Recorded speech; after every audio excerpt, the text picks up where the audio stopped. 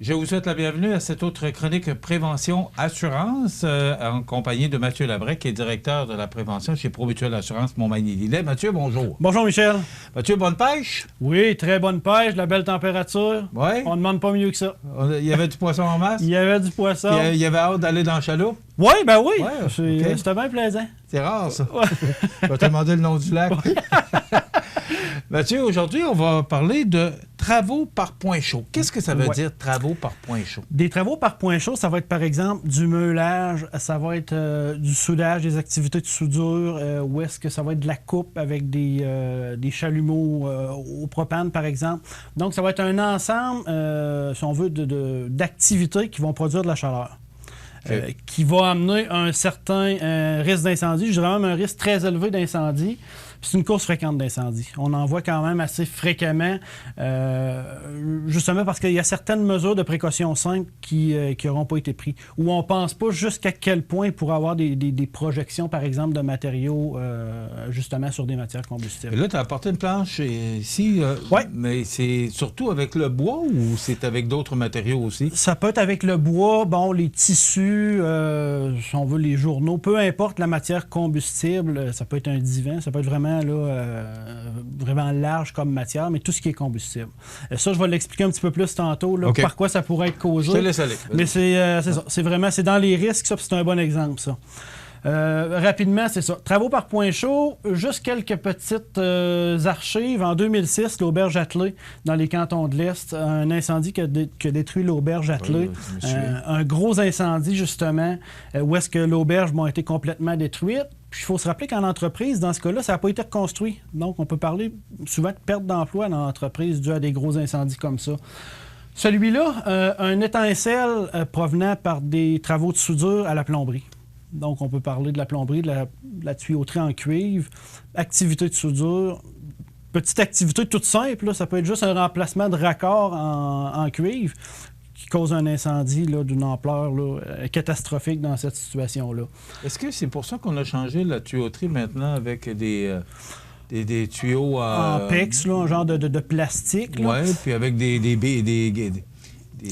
si on veut des serres, en fait, compte des collègues qui vont venir serrer notre tuyau. Alors, il n'y a plus de soudure. Donc, est-ce que c'est un nouveau procédé qu'on utilise qui élimine ou peut éliminer ce genre d'accident-là? Effectivement, ça peut éliminer. Dans les travaux par point chaud, on dit souvent est-ce que ce travail-là ne pourrait pas être remplacé par, justement, par exemple, un différent type de raccord, un différent type de tuyau qui viendrait éliminer ce risque-là? Alors, c'était serré avec des bagues, là. Je cherchais le nom, là, mais c'est maintenant des tuyaux blancs, plastiques. Oui. Ça élimine le tuyau, ce qu'on appelait le tuyau de cope. Oui, tout à fait, tout à fait. Fait qu'en se posant cette question-là, est-ce qu'on est obligé absolument de faire une soudure? Ce qu'on voit souvent, je pourrais en parler tout de suite avec ça ici. Là, c'est sûr que, bon, la forme est trop grosse, mais c'est plus pour le principe de pyrolyse du bois, où à ce moment-là, la pyrolyse, ça va être une dégradation chimique, bon, de différentes matières combustibles, comme par exemple ici le bois. La chaleur, par exemple, si on soude un tuyau de cuivre, le tuyau de cuivre va monter en température. Il peut tellement monter en température qu'il va venir dégrader, par exemple, le bois.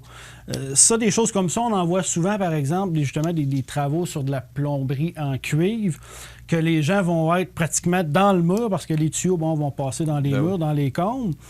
Un raccord à remplacer, un bout de tuyau à remplacer. Là, ils vont venir souder vraiment, ils vont venir faire leurs travaux pratiquement dans le mur. Puis parce qu'il n'y a pas d'espace pour travailler. Parce qu'il n'y a pas d'espace pour travailler. Fait que là, à ce moment-là, est-ce qu'il peut y avoir des projections, justement, de métaux en fusion, ces choses-là, qui vont venir causer un incendie ou même le tuyau qui va venir chauffer. Puis peut-être plus loin, où est-ce qu'il y aurait de la poussière de bois ou justement du bois comme ça, pourrait venir causer un incendie, là. Souvent, par exemple, ça va être des feux couvents qu'on va appeler. Bref, ça peut arriver qu'il n'y ait pas l'apparition tout de suite d'une flamme vive. Un peu comme une cendre de poêle à bois qui peut rester chaude jusqu'à 72 heures. Ces petites projections-là peuvent rester chaudes pendant un certain temps. Dans des conditions qui sont plus optimales à ce moment-là, pourraient causer un début d'incendie tranquillement. Bref, à ce moment-là, bien souvent, on va effectuer nos travaux de jour, justement, en journée. Le plombier peut passer ou nous-mêmes, on peut exécuter des travaux. Ça va couver toute la journée, puis bien souvent, ce qu'on voit, c'est que la nuit, ça va éclater.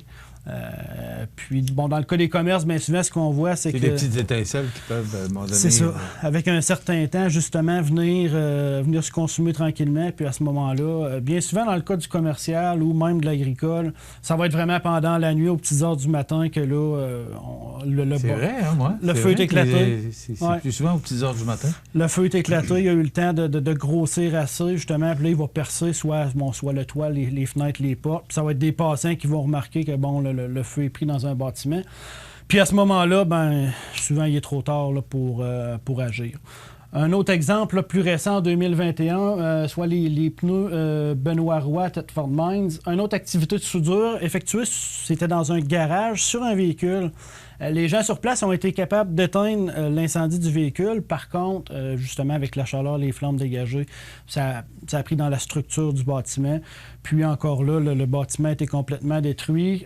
Bon, les conséquences, on parle d'un 63 ans que le monsieur disait que son commerce existait, donc il a perdu son commerce. Souvent des pertes d'emploi qui viennent avec ça. Donc, dans le commercial, ça a quand même des répercussions importantes. Très importantes là, pour la société là, aussi. Je vais donner des exemples dans le commercial. Dans l'agricole, on en a aussi un petit peu le même principe que j'expliquais, mais ça peut être aussi une résidence. Si j'ai un exemple, une résidence, bon, à Québec, soudure réalisée par un entrepreneur sur de la plomberie, résidence perte totale. Donc, encore là, ça peut vraiment toucher n'importe qui va effectuer ces 10 travaux-là. On a un code, notre Code national de prévention incendie, qui va traiter justement de ces travaux par point chaud-là, qui va venir mettre certaines lignes directrices, certains conseils de sécurité. On peut parler, premièrement, tous travaux par point chaud, des flammes nues qui vont produire des chaleurs, des étincelles. Encore là, ça peut être du soudage, du découpage, différents types qui vont produire des points chauds ou des étincelles. Formation. Normalement, les gens devraient avoir reçu des formations pour ça. Si on parle soit de plombier ou différents types de métiers, corps de métier, devraient être formés pour utiliser les différents appareils. Puis, à la maison, personnellement, je ne m'improviserais pas soudeur. Donc, je n'irais pas m'acheter chez Canadian Tower ou dans un autre magasin une soudeuse pour dire, tiens, je vais commencer à faire mes réparations. Mais j'admets, moi non plus, parce que j'ai peur du feu. Oui. Alors, alors, j'ai pas la compétence, je l'admets. Exactement. Puis, tu sais, chacun son métier, là. Tout à fait. J'ai pas la compétence de ça, donc je m'embarquerai pas là-dedans. Sauf que, au niveau de la plomberie, comme je te disais tantôt, les petits travaux, les menus travaux, j'ai pas la compétence d'un plombier non plus, mais des petits tuyaux à raccorder avec une pince et une bague, là, ça se fait facilement. Tout à fait. Mais tuyau de cope, je pense que plus ça va, plus on va le faire disparaître pour changer ça, parce que c'est plus prudent. Effectivement, plus prudent, oui. Et quand ça perce, hein? Oui, tout à fait. Donc, c'est ça. Fait que s'assurer d'avoir la formation ou les connaissances, là, c'est très important. Notre matériel aussi, il faut qu'il soit maintenu en bon état. Si on parle, par exemple, du meulage qu'on peut faire à domicile, par exemple, couper une pièce, s'assurer qu'ils soient en bon état de fonctionnement. Puis, au côté santé-sécurité, s'assurer d'avoir, par exemple, des lunettes de sécurité. Il faut quand même respecter un certain cadre aussi pour notre propre santé-sécurité. Rapidement, nos étincelles de soudure ou de meulage peuvent atteindre plusieurs centaines, voire des milliers de degrés Celsius. Donc, c'est pas négligeable. C'est pas... Peut-être qu'on voit ça peut-être un peu insignifiant, de voir des étincelles qui partent, mais ces étincelles-là vont générer une certaine chaleur qui, justement, vont venir causer des incendies. Ces étincelles-là, encore là, peuvent couver pendant 72 heures, un peu comme nos centres de poêle à bois. Donc, à faire attention aussi à ça. Ne jamais laisser nos travaux par point chaud sans surveillance. Donc, ce qu'on va dire, c'est s'il y a des travaux par point chaud, c'est de s'assurer de surveiller, nos travaux, mais les lieux aux alentours aussi, pour s'assurer justement qu'il n'y ait pas... c'est de nettoyer pour s'assurer qu'il n'y a pas des boîtes de carton ou des... C'est ça. C'est ça, effectivement. Danger d'explosion, des prudences particulières aussi. Ça, j'en glisse un mot rapidement. Tout contenant qui aurait pu contenir des matières, combustibles d'essence ou des huiles, ces choses-là, des conduits, des récipients, danger d'explosion. Donc, on fait affaire avec bien souvent des spécialistes, des professionnels en la matière si on a des travaux à faire de ce côté-là. Les mesures, justement, avant d'effectuer nos travaux par point chaud, on va s'assurer, comme je le disais, que nos équipements soient en bon état de fonctionnement. Balayer notre plancher, retirer les matières combustibles, encore là pour justement s'éviter que nos particules aient, s'en aillent sur ces particules-là. De poussière de bois Tout à fait. Qui peut être inflammable. Tout à fait. Puis ces petites, justement, fibres, poussières ou petits copeaux de bois-là, ils vont être plus inflammables qu'un matériel comme ça là, qui est dense. Là. Fait que, on dit balayer, ça peut paraître un peu, bon, ben, je vais faire le ménage avant de faire ma soudure, mais c'est justement pour ça, parce que ces matériaux-là qui vont être plus en poussière fine, vont s'enflammer plus rapidement, par exemple, qu'un morceau de bois entier. On dit idéalement dans un rayon de 50 pieds. Parce que 50 pieds, c'est grand. Ces étincelles-là peuvent justement parcourir des... si on regarde quelqu'un qui fait du meulage, là, les étincelles, là, ils vont quand même assez loin. Fait que ce qu'on dit, c'est vraiment d'avoir un grand rayon autour de nous qui n'a pas de matière combustible. Encore là, pas près non plus des matières combustibles, comme par exemple les murs ou les poutres ou différents items comme ça. Pièce métallique avec le phénomène de conduction, justement, mon tuyau que je viens chauffer qui pourrait causer un incendie plus loin, que je ne verrais pas, qui se développerait tranquillement aussi, c'est à faire attention. D'avoir un extincteur à portée de la main. Encore là, on fait des travaux par point chaud, on a pris certaines précautions encore là. D'avoir un outil comme ça à portée de la main, bien, ça vient nous sécuriser. Cet outil-là, par contre, on s'assure qu'il soit fonctionnel, qu'il ait été vérifié, que notre petite aiguille soit dans la zone verte, qu'il est présent, qu'il a été entretenu convenablement. Ce qu'on ne voudrait pas, c'est que, justement, on vient pour se servir d'un extincteur, puis il y a seulement l'air qui sort. Donc, c'est des choses qui arrivent aussi. À quelle fréquence on nettoie ça? Parce que là, on sait, on embarque dans l'automne, là, mais c'est quoi la fréquence ou de surveillance? Et même... Est-ce qu'il peut être des fois dans la zone verte et être expiré? Oui, tout à fait. Il peut rester dans la zone verte. Je vous dirais, on peut en voir des fois qui ont des dizaines, des quinzaines, vingtaines d'années, ils vont être encore dans la zone verte. Ce qui peut arriver, c'est que la poudre se soit tassée au fond, puis qu'à ce moment-là, on enlève la goupille, on actionne l'extincteur, puis il y a juste l'air qui sort parce que la poudre est au fond. Donc, à tous les ans ou plus fréquemment, c'est de vérifier est-ce que la pression est là, est-ce qu'il est endommagé. Aux 6 ans, pour du résidentiel, là, je parle d'un extincteur qui va être chez nous, changer la poudre à l'intérieur. Donc, c'est une compagnie spécialisée qui va faire le remplacement de poudre, puis qu'à la limite, va pouvoir changer certaines pièces. Par exemple, souvent, ça va être des joints en plastique qu'on va voir qui vont venir remplacer. Puis, aux 12 ans, dans le cas d'un extincteur à poudre, ça va être justement de faire un test de pression à l'intérieur pour s'assurer justement que l'appareil, l'extincteur est capable d'accepter justement cette pression-là. Donc, c'est important. Toutes ces choses-là, c'est important. Tous les ans? Ouais, tous les ans, ça serait simplement de le regarder. Est-ce qu'il est là? Bien, souvent, on va l'accrocher quelque part justement avec un support. Est-ce qu'il est encore là? Est-ce qu'il est endommagé? Est-ce qu'il ne serait pas bossé? Ou on ne verrait pas à l'œil nu comme ça qu'il y aurait des pièces qui seraient endommagées? Sa pression, puis s'assurer que sa goupille soit là aussi, là, bien souvent, pour pas qu'il n'ait pas été actionné aussi. Mais vraiment la pression de s'assurer qu'elle soit vraiment là. Ce qui peut arriver souvent, c'est que justement notre extincteur va perdre la pression, l'aiguille va descendre, puis à ce moment-là, peut-être que la poudre va être encore dedans, mais il n'y aura plus de pression pour la faire sortir. Il ne faut pas le brasser, là. Non, c'est ça. Non, mais si la poudre est au fond, même sur le brasse... Non, c'est ça. Ça ne fera plus rien.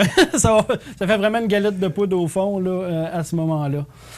Mesure de précaution rapidement. Pendant nos travaux par point chaud, on surveille où est-ce que nos étincelles vont, donc nos travaux, puis même les alentours. Après notre travail par point chaud, très important, on peut appliquer de l'eau, même avant, sur le plancher. On ne parle pas d'asperger, mais si on a certaines parties qui sont plus exposées, on peut se donner la peine de les arroser. Surveillance constante pendant une trentaine de minutes. Puis ce qu'il ne faut pas oublier, ce qu'on ne voit pas souvent, c'est 4 heures après ou 2 heures ou pendant un certain temps, de retourner voir. Comme je parlais, les feux couvents tantôt, justement, ça peut se développer après jusqu'à 72 heures. Donc, s'assurer d'y aller un 2 heures, un 4 heures après, puis même y aller plus que moins. À la limite, s'il y a un début d'incendie, rapidement, on va pouvoir le contrôler. On va voir une petite fumée aussi. C'est ça. C'est mieux de voir une petite fumée que de voir une grosse fumée. C'est en plein ça. Parce que la grosse fumée, il est trop tard. Effectivement. Merci, c'est très intéressant. Des travaux par point chaud, c'est drôle, hein, mais ces chroniques-là nous ramènent. Ce sont des choses qu'on pense pas. Effectivement.